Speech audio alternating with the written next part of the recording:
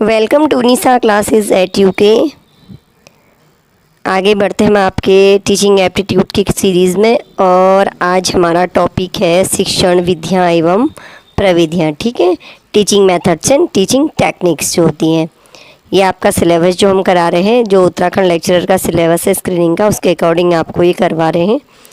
ठीक, और अभी हम आपको टीचिंग एप्टीट्यूड का पार्ट करवा रहे हैं जो 40 मार्क्स का आपके एग्ज़ाम में आएगा। साथ ही हम क्या कर रहे हैं, आपकी जीएस की क्लासेस भी स्टार्ट हमने कर दी हैं, और अभी हमने उसमें हिस्ट्री करवा रहे हैं, और आपसे हमने कहा है कि हम आपको 200 क्वेश्चन हिस्ट्री के उसमें करवाएंगे। तो 4 से 5 क्लासेस आपकी उसमें हो चुकी हैं। ठीक है, तो आपका 4 से 5 बाकी जो क्लासेस होंगी उसमें आपका हिस्ट्री कंप्लीट हो जाएगा। उसके बाद हम क्या करेंगे, ज्योग्राफी वगैरह इसमें स्टार्ट करेंगे। ठीक है, चलिए आज स्टार्ट करते हैं आज की क्लास। तो आज का टॉपिक है हमारा शिक्षण विधि एवं प्रविधियाँ। शिक्षण विधि यानी टीचिंग मेथड। अब टीचिंग मेथड क्या है? मेथड तो कोई भी चीज़ का जैसे तरीका होता है ना, तो तरीका क्या है? तो यहाँ पे एक सिंपल सी भाषा में हम क्या कहते हैं कि जिस ढंग से शिक्षक शिक्षार्थी को ज्ञान प्रदान करता है। ठीक है, अब टीचर है, टीचर जिस तरीके से, जिस मेथड से अपने शिक्षार्थी को यानी स्टूडेंट को ज्ञान प्रदान करेगा, उसको सिखाएगा, उसे हम क्या कहेंगे, टीचिंग मेथड कहेंगे। ठीक है, अब एक छोटा सा शब्द नहीं है, बहुत वास्ट उसमें इसका यूज़ होता है, व्यापक अर्थ में हम टीचर शिक्षण विधि का प्रयोग करते हैं। अब इसके जो प्रकार होंगे उसके तहत हम इसको जानेंगे कि शिक्षण विधियाँ क्या होती हैं। ठीक है, इसमें क्या आएंगी, अनेक प्रणालियाँ आएंगी, योजनाएं आएंगी, जो शिक्षण की जो योजनाएं हैं, शिक्षण की जो प्रणालियाँ हैं, शिक्षण की बहुत सारी प्रक्रियाएं हैं, ये सब किस में सम्मिलित हो रही है, आपकी शिक्षण विधि में होती हैं। तो शिक्षण विधि एक बिल्कुल छोटा शब्द नहीं है, तो मतलब जिस तरीके से, जिस प्रणाली से, जिस योजना से, जिस प्रक्रिया से शिक्षक क्या करता है, अपना शिक्षण करता है, शिक्षार्थी को ज्ञान प्रदान करता है, तो वो हो जाती है हमारी शिक्षण विधि। अब इनके प्रकार हम देख लेते हैं। मेन तो इनके प्रकार हैं एग्जाम में जो पूछे जाते हैं। ठीक है, प्रकार क्या है आपका, निगमनात्मक एवं आगमनात्मक, इसको इंडक्टिव एवं डिडक्टिव मेथड भी कहते हैं। दूसरा मैं आपको बता दूं कि जैसे हम प्रविधि पढ़ेंगे ना, तो शिक्षण विधि और प्रविधियों में कोई बहुत ज़्यादा अंतर आपका नहीं है। ठीक है, तो पहले हम विधियां पढ़ेंगे, उसके बाद देखेंगे कि टेक्निक थोड़ा सा इससे किस तरह से अलग है। ठीक, तो चलिए अब है निगमनात्मक तथा आगमनात्मक, इसको इंग्लिश में इंडक्टिव एवं डिडक्टिव मेथड हम कह लेते हैं। ठीक, अब क्या है, इसमें हम आगे देखेंगे पाठ्य विषय को प्रस्तुत करने के 2 ढंग हो सकते हैं। अपने बच्चे को, कुछ टीचर ने शिक्षार्थी को कुछ पढ़ाना है, शिक्षार्थी को, विद्यार्थी को कुछ पढ़ाना है, कुछ पाठ्य विषय, उसके पास जो आपका मटेरियल है उसको उसने प्रस्तुत करना है, तो 2 तरीके से प्रस्तुत कर सकता है। किसके विषय में बात हो रही है, निगमनात्मक तथा आगमनात्मक मेथड के बारे में 2 तरीके से कर सकता है। पहला, जब छात्रों को कोई सामान्य सिद्धांत बताकर उसकी जांच या पुष्टि के लिए अनेक उदाहरण दिए जाते हैं। पहले सिद्धांत बता दिया हमने, पहले कोई न्यूटन्स लॉ, जैसे हम साइंस की बात करें, न्यूटन्स लॉ हमने पहले बता दिया। अब न्यूटन्स लॉ हमने पहले पढ़ा दिया कि क्या होता है, उसके बाद हमने उसको प्रूफ करने के लिए कुछ एग्जाम्पल दे दिए, तो ये हो जाती है हमारी निगमनात्मक विधि। ठीक है, दूसरा, जब पहले हम बहुत सारे एग्जाम्पल देंगे और उसके बाद छात्रों से कोई सामान्य नियम या कोई सिद्धांत निकलवाते हैं, तो उसे हम क्या कहते हैं, आगमनात्मक विधि कहते हैं। और जो आगमनात्मक विधि होती है वह व्याकरण शिक्षण के लिए सबसे उपयुक्त मानी जाती है। यानी जहाँ तक आप मैथ्स करते हैं, साइंस करते हैं, तो क्या होता है, पहले आपको इससे प्रमेय दिया जाता है कि ये होता है, और लास्ट में आपको प्रूफ करना होता है वो चीज़। ठीक है, और जैसे आपका व्याकरण शिक्षण है, तो उसमें आपका क्या है, पहले आप उदाहरण देंगे, पहले आप एग्जाम्पल देंगे, उसके बाद क्या है, सिद्धांत निकालेंगे, नियम निकालेंगे। तो ये है आपका आगमनात्मक, और इसका प्रयोग कहाँ होता है, मुख्यतः तो आपका व्याकरण शिक्षण में होता है। तो ये 2 चीज़ आप ज़रूर क्लियर कर लीजिएगा। क्या होता है, पहले में सामान्य सिद्धांत बताना, जिसे निगमनात्मक कहते हैं, और जिसमें रूल बाद में बताया जाता है, नियम बाद में बताया जाता है, सिद्धांत बाद में बताया जाता है, उसे हम क्या कहते हैं, आगमनात्मक विधि कहते हैं। चलिए दूसरा क्या है, संश्लेषणात्मक और विश्लेषणात्मक। ठीक है, एक है एनालिटिक्स और दूसरा है सिंथेटिक मेथड। ठीक है, एक में एनालिटिक होता है, एनालिसिस होता है, दूसरा में सिंथेसिस होता है। अब इसमें भी 2 प्रकार के हैं, संश्लेषणात्मक एवं विश्लेषणात्मक। यहाँ पर क्या है, यदि हम किसी पाठ्य वस्तु को इस ढंग से प्रस्तुत कर रहे हैं कि पहले हम उसके छोटे छोटे अंगों का ज्ञान दे रहे हैं, तब हम क्या करते हैं, पूर्ण वस्तु का ज्ञान देते हैं, तो उसे हम कहते हैं संश्लेषणात्मक विधि। ठीक है, थोड़ा हिंदी में इन चीज़ों को पढ़ने में दिक्कत होती है। ठीक है, एक आपका सिंथेसिस है। ठीक है, इसको कहते हैं हम संश्लेषणात्मक विधि। जैसे हिंदी पढ़ाते हैं तो हिंदी पढ़ाने में पहले क्या करेंगे, वर्णमाला सिखाएंगे, वर्णमाला के बाद फिर हम शब्द सिखाएंगे, शब्दों के बाद हम क्या करेंगे, वाक्य बनाएंगे। ये तो हो गया हमारा संश्लेषणात्मक विधि।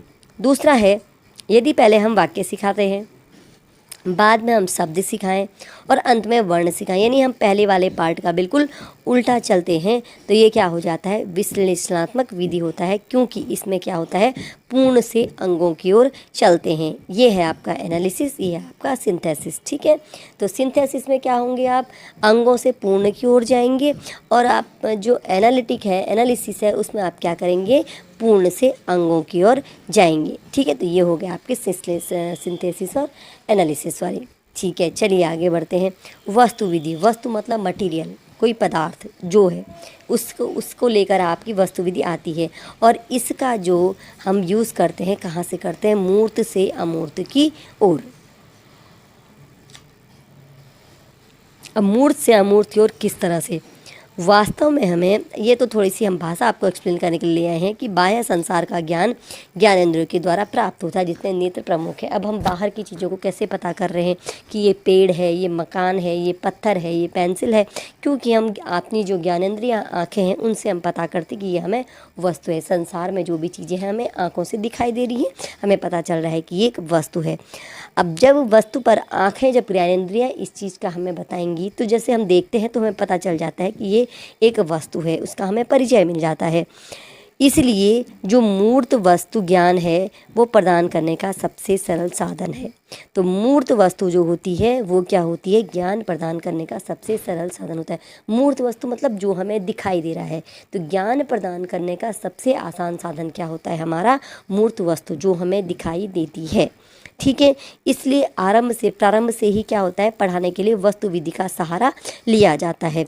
ठीक है, यानी बच्चों को पढ़ाने के लिए पहले क्या किया जाता है, वस्तुओं का प्रदर्शन, फिर उनके विषय में ज्ञान प्रदान किया जाता है। जैसे छोटे बच्चों को हम पढ़ाएंगे ए फॉर एप्पल, ओ से अनार, इस तरह से पढ़ाते हैं, तो हम उन्हें पिक्चर दिखा के पढ़ाते हैं। हम उन्हें पहले आम की पिक्चर दिखाते हैं, आम का चित्र दिखाते हैं, तब हम बताएंगे आ से आम होता है। तो ये क्या है, वस्तु विधि होती है। दूसरा, अमूर्त को भी हम क्या करते हैं, मूर्त बच्चों को जब हम पढ़ाते हैं तो अमूर्त को भी हम मूर्त बनाने का प्रयास करते हैं। जो चीज़ अमूर्त देखी नहीं जा सकती उसको भी हम कोशिश करते हैं कि वस्तु रूप में उसको दिखाया जाए, और तब हम उसको बच्चे को पढ़ाएं। ठीक है, ये कैसे होगा, अमूर्त को मूर्त बनाने का प्रयास कैसे करेंगे, जैसे 3 और 2 5 को समझाने के लिए पहले हम क्या करते हैं, बच्चों के सम्मुख 3 गोलियां रखते हैं, फिर उनमें 2 और गोलियां मिलाते हैं, सबको एक साथ गिनाते हैं, तब क्या हो जाता है, 3 और 2 5 स्पष्ट हो जाता है। ठीक है, तो ये जो अमूर्त चीज़ें हैं कि गिनती है 3 और 2 5 हो रहा है, इसको भी हम क्या कर रहे हैं, मूर्त रूप से, वस्तु रूप से पढ़ाने की कोशिश कर रहे हैं।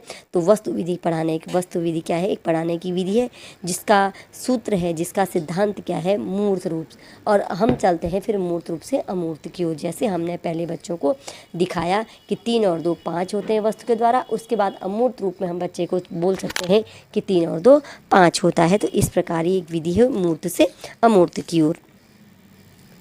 जैसे छोटी क्लासेस में वस्तुओं को देख के पढ़ाते हैं, बड़ी क्लासेस में आप लेक्चर मेथड से बोल के समझा सकते हैं बच्चों को, तो वो क्या है, अमूर्त रूप से। ब्रह्मांड के विषय में पढ़ाएंगे तो ये अमूर्त रूप से पढ़ाना हो जाता है। ठीक, फिर आता है आपका दृष्टांत विधि। वस्तु विधि का ही एक दूसरा रूप होता है आपका दृष्टांत विधि।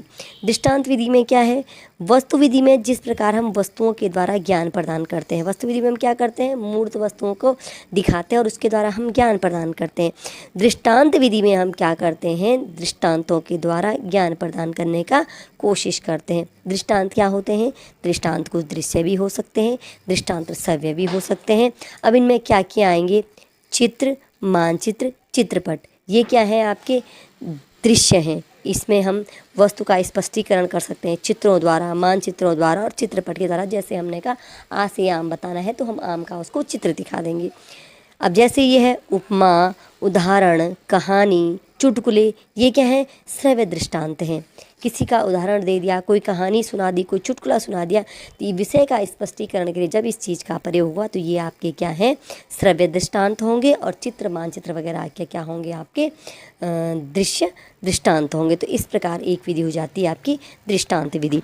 फिर है आपका कथन विधि एवं व्याख्यान विधि। कथन विधि एवं व्याख्यान विधि में क्या है, चलिए, वस्तु एवं दृष्टांतवादियों से ज्ञान प्राप्त करते करते जब बच्चों में, अब जैसे वस्तु विधि हो गई और दृष्टांत विधि हो गई, इन दोनों से बच्चों को जब हम ज्ञान दे रहे हैं, उन्हें हम सिखा रहे हैं, तो धीरे धीरे बच्चों को कुछ कुछ अनुमान करने तथा अप्रत्यक्ष वस्तु को भी समझाने का अभ्यास हो जाता है। पहले हम चित्र दिखा के कोशिश करते हैं, दृष्टांत से कोशिश करते हैं, लेकिन धीरे धीरे हम जब बच्चे थोड़ी थोड़ी बड़े बड़े हो जाते हैं तो हम क्या करते हैं, उन्हें अनुमान लगाने का, अनुमान करने का, और कुछ अप्रत्यक्ष वस्तुएं जो उनके सामने नहीं है उनसे भी उन्हें समझाने का हम प्रयत्न करते हैं। तब किस विधि का सहारा लेते हैं हम, तब हम सहारा लेते हैं कथन विधि का। ठीक है, इसमें हम क्या करेंगे, कथन विधि में हम वर्णन द्वारा एक्सप्लेन करके छात्रों को पाठ्य वस्तु का ज्ञान देंगे। किसी मैटर को लेंगे, किसी टॉपिक को लेंगे, किसी सब्जेक्ट को लेंगे, और उसमें हम क्या करेंगे, एक्सप्लेनेशन करेंगे, वर्णन करेंगे, और छात्रों को पाठ्य वस्तु का ज्ञान देने का प्रयास करेंगे।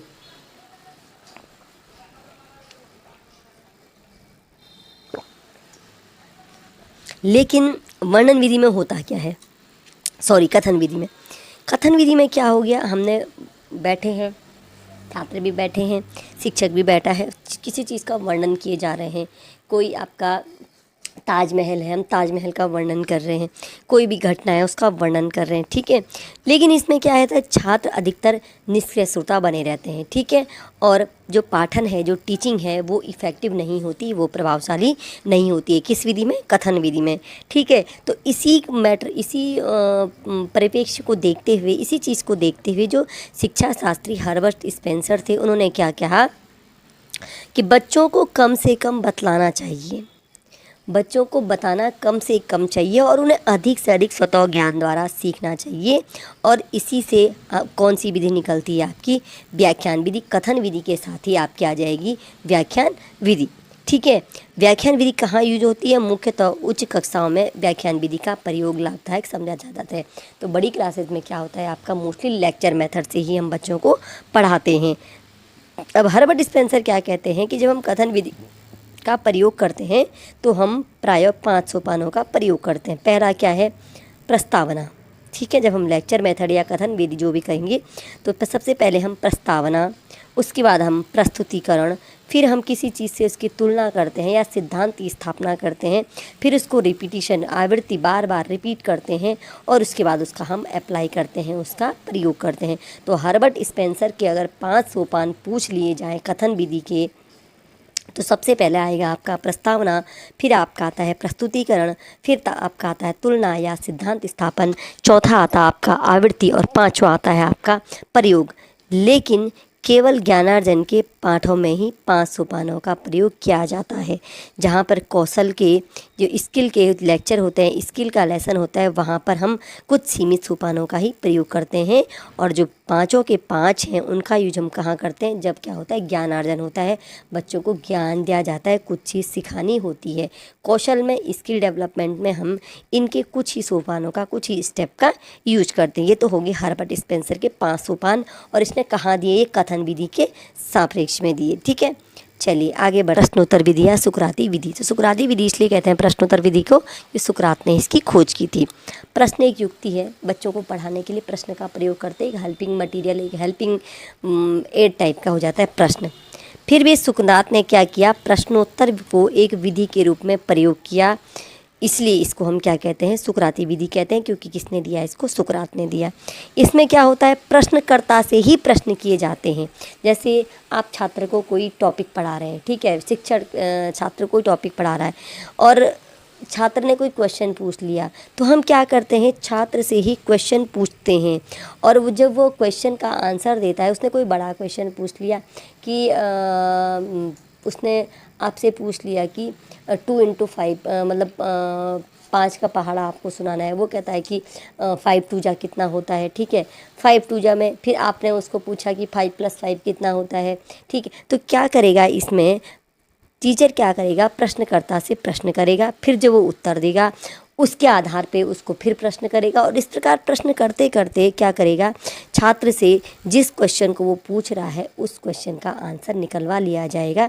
जो अपेक्षित उत्तर है वो उत्तर हमें प्रश्नकर्ता से ही निकालना है। तो यह है आपकी प्रश्नोत्तर विधि। इसका मतलब है कि छात्र ने प्रश्न पूछा, आपने उत्तर दिया नहीं, जो प्रश्न करता है हम उसी से प्रश्न करेंगे और धीरे धीरे जब वो उत्तर दे रहा है तो उसके उत्तर के आधार पर हम फिर प्रश्न करेंगे और इस प्रकार प्रश्न करते करते जब हम उत्तर पे पहुंच जाते हैं तो यह होती है आपकी प्रश्नोत्तर विधि। और किसने दी थी? ये सुकरात ने। अब इसमें काउलर ने क्या कहा? काउलर ने कहा शिक्षण मुख्य रूप से प्रश्नों के द्वारा होना चाहिए। तो सुकरात ने तो ये विधि दी, लेकिन काउलर ने इसमें क्या कह दिया कि जो शिक्षण है वो मुख्य रूप से प्रश्नों के द्वारा होना चाहिए। अब इसमें थोड़ा सा और डिटेल पढ़ लेते हैं। प्रश्न पूछने की आवश्यकता एवं उसका महत्व क्या है? प्रश्न पूछने की आवश्यकता क्यों है? पूर्व ज्ञान का पता लगाकर आगे आने वाले ज्ञान से उसका संबंध जोड़ने के लिए। तो हम प्रश्न क्यों पूछते हैं? ये जानने के लिए कि इसको प्रीवियस नॉलेज कितना है वो पता करना है और आगे जो नॉलेज हम दे रहे हैं उससे हम क्या करेंगे, उसका संबंध जोड़ेंगे। जैसे आप बच्चे को डिवीजन पढ़ा रहे हैं, आप उसको मल्टीप्लिकेशन पढ़ा रहे हैं, तो सबसे पहले क्या जानना चाहिए, इसको टेबल्स या पहाड़े आते भी कि नहीं आता है, जोड़ घटाना आता है कि नहीं आता है। तब हम क्या करेंगे, उसका आगे की चीज़ उसको कोरिलेट करेंगे, उसके जोड़ घटाने को उसके गुणा से रिलेट करेंगे, फिर उसका क्या यूज़ करेंगे, हम डिवीजन या भाग में उसका यूज़ करेंगे। तो पूर्व ज्ञान का पता लगाकर आगे आने वाले ज्ञान से उसका संबंध जोड़ने के लिए प्रश्न पूछने की आवश्यकता पड़ती है। दूसरा, यह ज्ञात करने के लिए कि बच्चे ने जो पढ़ा हुआ पाठ है उससे कितना ज्ञान अर्जित किया है। हर नया पाठ जो होता है पिछले वाले पाठ से रिलेटेड होता है। तो नया जब हम पढ़ाते हैं तो यह देखने के लिए कि बच्चे ने जो पढ़ाया हुआ पाठ है उससे कितना नॉलेज गेन किया है, कितना ज्ञान अर्जित किया है, इसके लिए प्रश्न पूछा जाता है। और तीसरा है बच्चों की समस्याओं को जानने के लिए और उनके निवारण के लिए प्रश्न पूछे जाते हैं कि बच्चे समस्याएं बताएं प्रश्नों के द्वारा और उनकी समस्याओं का समाधान किया जाए। इसलिए प्रश्न पूछने की आवश्यकता होती है, यही इसका महत्व है। अब ये देखेंगे कि प्रश्न कैसे होने चाहिए। प्रश्नों की भाषा स्पष्ट एवं निश्चित होनी चाहिए जिससे छात्र भली भांति प्रश्न समझ सकें। ठीक है। दूसरा, प्रश्नों की रचना बालक के व्यवहारिक भाषा के अनुसार की जानी चाहिए। बालक की जो व्यवहारिक भाषा है उसके अनुसार प्रश्न की रचना की जानी चाहिए।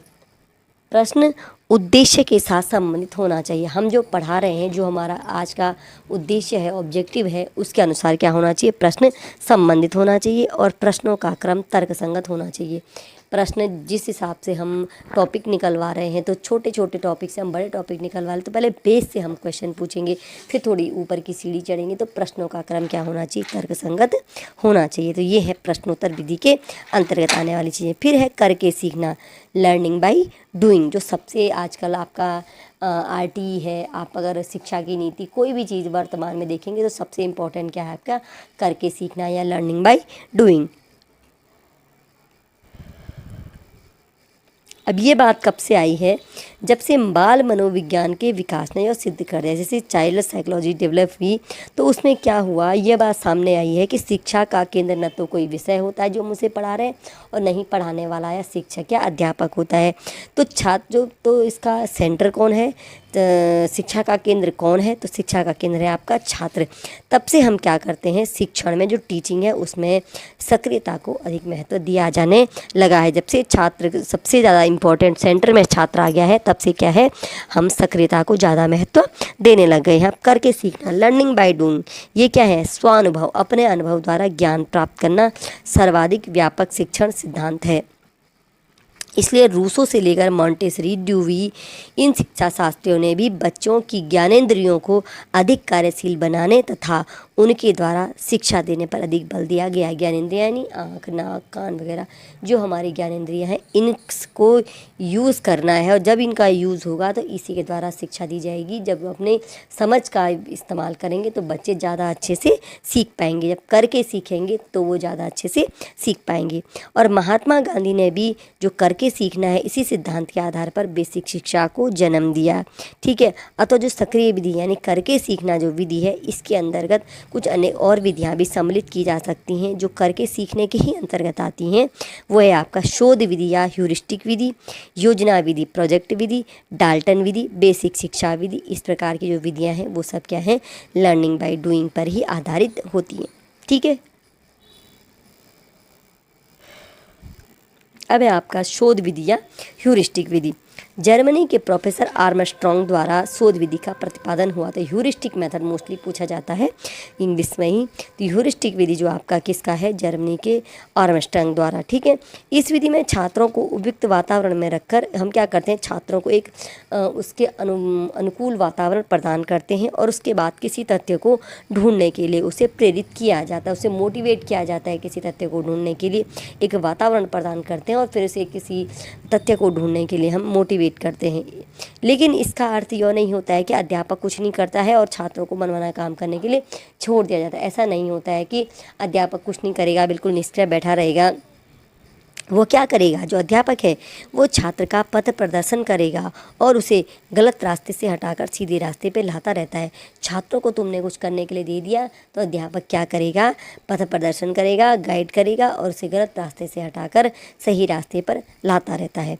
फिर क्या है, इसका लक्ष्य, जो आपका टीचर है उसका लक्ष्य यह रहता है कि जो ज्ञान छात्र अपने निरीक्षण अथवा प्रयोग द्वारा प्राप्त कर सकता है उसे बताया न जाए।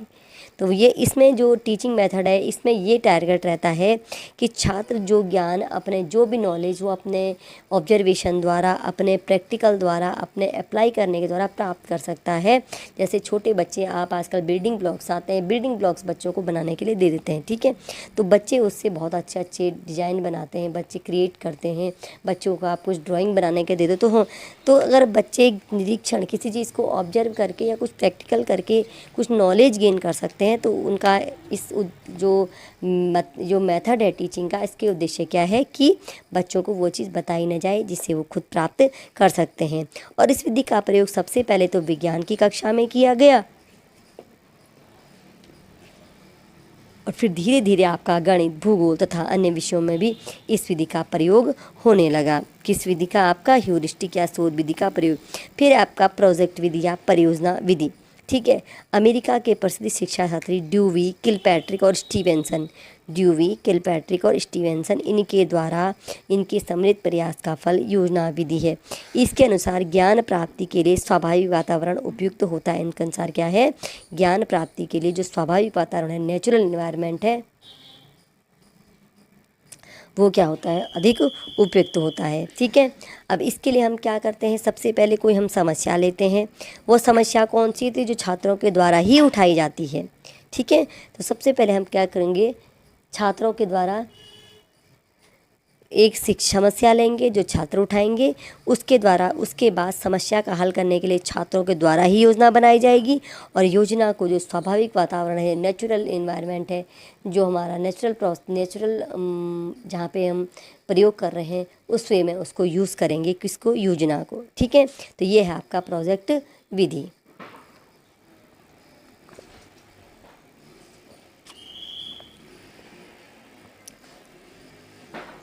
ठीक है, तो प्रोजेक्ट विधि में क्या करेंगे, सबसे पहले समस्या लेंगे, समस्या छात्रों द्वारा उठाई जाएगी, फिर छात्र क्या करेंगे, स्वयं समस्या का हल करने के लिए योजना बनाएंगे और इसी योजना को हम स्वाभाविक वातावरण में पूर्ण करेंगे। ये है आपका प्रोजेक्ट विधि। इसी की परिभाषा इस प्रकार की जाती है, किसकी, आपकी प्रोजेक्ट विधि की, परियोजना विधि की, कि योजना वह समस्या मूलक कार्य है जो स्वाभाविक वातावरण में पूरा कराया जाए। तो योजना क्या है, एक समस्या मूलक कार्य है जो स्वाभाविक वातावरण में पूरा कराया जाए। ये किसकी परिभाषा आ गई आपकी, प्रोजेक्ट विधि के तहत। अब है डाल्टन मेथड। अमेरिका के डाल्टन नामक स्थान में 1912 से 15 के बीच कुमारी हेलन पार्कस ने शिक्षा की नई विधि प्रयुक्त की, जिसे डाल्टन योजना कहा जाता है। कहाँ भी ये विधि, अमेरिका में। यह विधि कक्षा शिक्षण के दोषों को दूर करने के लिए आविष्कृत की गई थी। तो हमने जो डाल्टन योजना आविष्कार किया, इसका क्यों किया, कक्षा शिक्षण में जो दोष आ रहे थे, जो प्रॉब्लम्स आ रही थी, जो कमियां आ रही थी कक्षा शिक्षण में, उनके दोषों को दूर करने के लिए, ठीक है। डाल्टन योजना में कक्षा भवन का स्थान प्रयोगशाला ले लेती है। तो डाल्टन योजना में आप कहाँ पे प्रैक्टिकल करेंगे, कहाँ पे उसको अप्लाई करेंगे योजना को, तो जो आपकी क्लासरूम है उसकी जगह पर क्या होगा, आपके पास एक लेबोरेटरी आ जाएगी और हर सब्जेक्ट की जितने भी विषय होंगे ना, उसके लिए क्या होगी, एक अलग से प्रयोगशाला या लेबोरेटरी होगी। फिर क्या करेंगे, उस लेबोरेटरी में जिस विषय को हम काम कर रहे हैं, जिस विषय की योजना बना रहे हैं, उस विषय के अध्ययन के लिए पुस्तकें होंगी, चित्र होंगे, मानचित्र होंगे और अन्य सामग्री के अंतर्गत कुछ संदर्भ ग्रंथ भी रहेंगे जिनसे संदर्भ ले सकते हैं, जिनसे यूज़ कर सकते हैं। तो ये चीज़ें होंगी उस प्रयोगशाला में। क्या होगा? जिसमें पुस्तकें, चित्र, मानचित्र और अन्य सामग्री होंगी। ठीक है। फिर क्या होगा? जो विषय का विशेषज्ञ होगा, जो सब्जेक्ट का स्पेशलिस्ट होगा, वो लैब में बैठकर, प्रयोगशाला में बैठकर छात्रों की सहायता करेगा, उनके कार्यों की जांच करेगा और उनके कार्यों में संशोधन करेगा, कुछ अमेंडमेंट करेगा। अगर कहीं पे कुछ गलती हुई, कहीं पे कुछ सुधार करना है तो अमेंडमेंट का काम कौन करेगा? शिक्षक करेगा। ठीक है। वर्ष भर का कार्य 9 या 10 भागों में बांटकर निर्धारित कार्य के रूप में प्रत्येक छात्र को लिखित दिया जाता है। तो हम क्या करेंगे? साल भर के काम को हम कुछ भागों में बांट देंगे, एक साथ नहीं करेंगे, अलग अलग भागों में बांट देंगे। अब आगे क्या होगा? जो छात्र को जो कार्य दिया गया है वह उस निर्धारित कार्य को अपनी रुचि के अनुसार विभिन्न प्रयोगशालाओं में जाकर पूरा करता है। जो उसे कार्य दिया गया वर्ष भर का, वो क्या करेगा? उस कार्य को अपनी इंटरेस्ट के हिसाब से अलग अलग लैब में जाकर उसको पूरा करेगा। जब 1 महीने का काम उसका, जैसे वर्ष भर के कार्य की बात आ रही है ना, तो उसके बाद जब 1 महीने का काम पूरा हो जाता है तो दूसरे महीने का काम निर्धारित कर दिया जाता है। और इस प्रकार जो छात्र की उन्नति है वो उसके किए हुए कार्य पर निर्भर होती है। अगली क्लास में वो उन्नति कैसे होगी, वो अगले स्टेप में कैसे जाएगा, अगले कार्य कैसा करेगा, तो किस पे डिपेंड है? जो उसने कार्य पूरा कर दिया उसके बाद ही उसे अगला काम मिलेगा। ठीक है। तो किस पे डिपेंड है छात्र की उन्नति? उसके किए हुए कार्य पे निर्भर होती है। और किस विधि की बात हम कर रहे हैं? आपके यह विधि है हमारे आपके डाल्टन योजना की बात हो रही है। ठीक है। फिर इस योजना में छात्रों को अपनी रुचि और अपनी सुविधा के अनुसार कार्य करने की छूट रहती है। जिसमें उनका इंटरेस्ट है, जो उनकी सहूलियत है, उसके हिसाब से उन्हें कार्य करने की छूट रहेगी। मूल स्रोतों से अध्ययन करने के कारण उनमें स्वावलंबन भी आ जाता है। अब बच्चे जब मूल स्रोत यानी कि चित्रों से, पुस्तकों से, किसी संदर्भ ग्रंथ से, किसी एपरेटस से, इन चीज़ों से जब क्या करेंगे? सीखेंगे, तो बच्चों को क्या आ जाता है? धीरे धीरे स्वावलंबन आ जाता है, उनमें क्या आ जाता है? एक सेल्फ डिपेंडेंसी आ जाती है। ठीक है। अब इसके बाद क्या है? इस योजना के कुछ अनेक रूपांतर भी, जैसे हमने आपका प्रोजेक्ट मेथड और प्रश्नोत्तर विधि, इन चीज़ों के अलग अलग वस्तु विधि, इन सब के भाग देखे, तो वैसे भी जो आपकी डाल्टन योजना है इसके भी कुछ रूपांतर भी, जैसे बटेविया, विनेटका, इस प्रकार की योजना है। ये किसके अंतर्गत आए हैं? आपकी डाल्टन योजना के अंतर्गत आती है। और जो डेक्रोली योजना थी एक, वो इससे पहले की है। ठीक है। इसमें जो फिर भी जो डेक्रोली योजना है उसमें हमने क्या किया? डाल्टन योजना के आधार पर उसके सिद्धांतों में हमने परिवर्तन किया। ठीक है। चलिए अब आगे बढ़ते हैं आपकी वर्धा योजना। वर्धा शिक्षा योजना जो थी वो मुख्यतः किसने दी थी? आपकी गांधी जी ने दी थी। और वर्धा शिक्षा योजना जो आपकी बेसिक शिक्षा, प्राइमरी शिक्षा से संबंधित विधि है। ठीक है। इसमें गांधी जी ने देश की तत्कालीन स्थिति को देखते हुए शिक्षा में हाथ के काम को प्रधानता दी। तो जब भारत आज़ाद हो रहा था या भारत जब गुलाम था, तो उस समय गांधी जी ने जब भारत की स्थिति देखी तो गांधी जी ने क्या बोला कि भारत में हाथ के काम को महत्व देना चाहिए। ठीक है। उनका विश्वास था कि जब तक छात्र हाथ से काम नहीं करेगा तब तक उसके श्रम का कोई महत्व ज्ञात नहीं होता है। ये कह रहे हैं कि जब तक छात्र अपने हाथ से, कोई विद्यार्थी काम नहीं करेगा, उसे श्रम का महत्व, उसे मेहनत का पता ही चलेगा ही नहीं जब तक वो अपने हाथ से काम नहीं करेगा।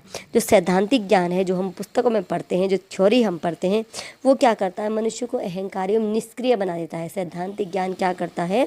मानव को निष्क्रिय बना देता है। इसलिए बच्चों को आरंभ से ही, शुरू से ही किसी न किसी हस्त कौशल के द्वारा शिक्षा देनी चाहिए। ठीक है। कोई कौशल, कोई हाथ से करने वाला स्किल हो, उसके द्वारा हमें क्या करनी चाहिए? बच्चों को शिक्षा देनी चाहिए। अब जब ये बात कर रहे हैं, उस समय क्या था? कृषि एवं कताई बुनाई क्या था? देश में बुनियादी धंधे थे, जिसमें देश की 3/4 जनता उस समय लगी हुई थी। ठीक है। अतः गांधी जी ने क्या बोला कि इन्हीं दोनों को, जो कृषि एवं कताई बुनाई, इन्हीं को मूल हस्त कौशल मानकर शिक्षा में उन्होंने प्रमुख स्थान दिया। किसको?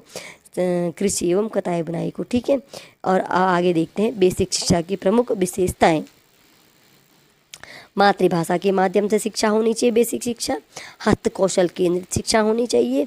7 से 14 वर्ष तक निःशुल्क एवं अनिवार्य शिक्षा। और शिक्षा जो होनी चाहिए वो स्वावलंबी होनी चाहिए, अपने पैरों पर खड़ी करने वाली होनी चाहिए, अपने आप दूसरों पे डिपेंड ना हो, ऐसी शिक्षा होनी चाहिए। अर्थात कम से कम अध्यापकों का वेतन छात्रों के किए हुए कार्यों की बिक्री से आ जाए। तो ये कह रहे हैं कि शिक्षा स्वावलंबी होनी चाहिए, किसी पे डिपेंड नहीं होना चाहिए। और इसके लिए इन्होंने क्या कहा कि जो अध्यापकों का वेतन है वो छात्र जो काम कर रहे हैं, जो कुछ आपका कारीगरी बना रहे हैं, कुछ हैंडीक्राफ्ट वगैरह बना रहे हैं, तो जो काम कर रहे हैं उस काम के किए हुए जो काम के बाद जो बिक्री करते हैं सामान की, उसके पैसों से आ जाए। ठीक है, ये तो बात हो गई आपकी गांधी जी की। ठीक, जो आपका उन्होंने बेसिक शिक्षा की विशेषताएं बताई। अब इसमें आगे देखते हैं कि जो अंतिम सिद्धांत था, बड़ा विरोध हुआ उसका और बेसिक शिक्षा से अंतिम सिद्धांत को हटा दिया गया। कौन सा था अंतिम सिद्धांत आपका?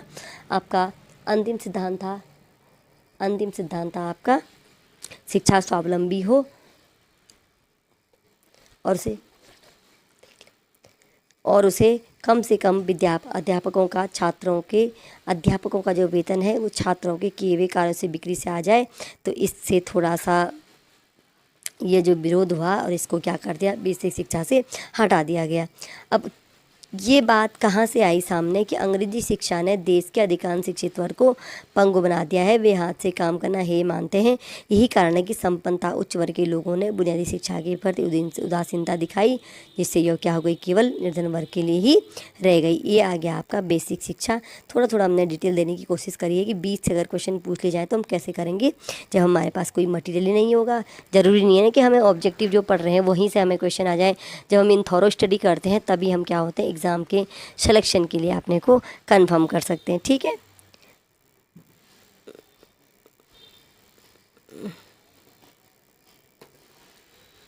अब है शिक्षण विधियां एवं प्रतिपादक। कुछ शिक्षण विधियां उनके प्रतिपादक हैं। मॉन्टेसरी विधि, इसके प्रतिपादक है Maria Montessori. Kindergarten, Friedrich William Froebel. खेल विधि, इसका है हेनरी कोल्डवेल कुक।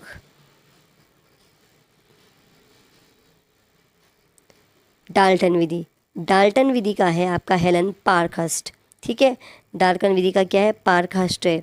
पर्यटन विधि आपकी पेस्टोलॉजी की है। खोज विधि, जिसे हम ह्यूरिस्टिक मेथड भी कहते हैं, ये किसकी है आपकी, आर्मस्ट्रॉन्ग की। ये जो आर्मस्ट्रॉन्ग है अमेरिका के। ठीक है, प्रश्नोत्तर विधि सुकरात की है। प्रोजेक्ट विधि सबको ही पता है, किलपैट्रिक की है। वैज्ञानिक विधि आपके गुडवार स्केट्स। समस्या समाधान विधि भी आपकी सुकरात ने ही दी है। सूक्ष्म शिक्षण विधि रॉबर्ट की है। मूल्यांकन विधि J.M. राइस की। समस्या समाधान विधि सुकरात विधि। और हमारा जो इकाई उपागम है यह है H.C. मॉरिसन। और विनेटका विधि आपका कार्लटन बार्सबर्न। ड्रेकाली की द्वारा ही है। ब्रेल पद्धति लुई ब्रेल। प्रक्रिया विधि आपके कमेनियस। बेसिक शिक्षा पद्धति महात्मा गांधी। समाज मिति अल्मरेनो। आगमन विधि अरस्तु। निगमन विधि अरस्तु। Herbert Spencer. प्रश्नावली विधि वुडवर्थ। और प्रश्नोत्तर हमारी सुकरात की है। संवाद विधि प्लेटो की है। प्रश्नावली और प्रश्नोत्तर में कन्फ्यूजन नहीं करना है। रेखीय अभिक्रमित अनुदेशन विधि बाह्य अनुदेशन विधि वी कपिस्नर की है। साखीय अभिक्रमित अनुदेशन या आंतरिक अनुदेशन विधि नॉर्मल ए क्राउडर। अवरोही अभिक्रमित अनुदेशन थॉमस एल गिलबर्ट। वोटेविया विधि जॉन कैनेडी। और ओविड विधि है प्रोफेसर डिकाली। तो मैंने ये 30 विधियों की आपको लिस्ट प्रोवाइड कराई है। हमने इसलिए प्रोवाइड कराई है कि एग्ज़ाम में कई बार क्या आता है, आपको ना मैचिंग करने को आ जाता है। ठीक है, जो एक्सप्लेन। इसके बाद जो शिक्षण प्रविधि का जो इसमें छोटा सा एक और है, प्रविधियां वैसे ही मुख्यतः जो टेक्निक्स हैं वो इसी के अंतर्गत इंक्लूड होती हैं, लेकिन फिर भी 5-10 मिनट की क्लास आपके लिए हम क्या करेंगे, शिक्षण प्रविधि की भी प्रोवाइड करा देंगे। तब तक आप पढ़ते रहिए और मिलते हैं आपसे नेक्स्ट वीडियो में।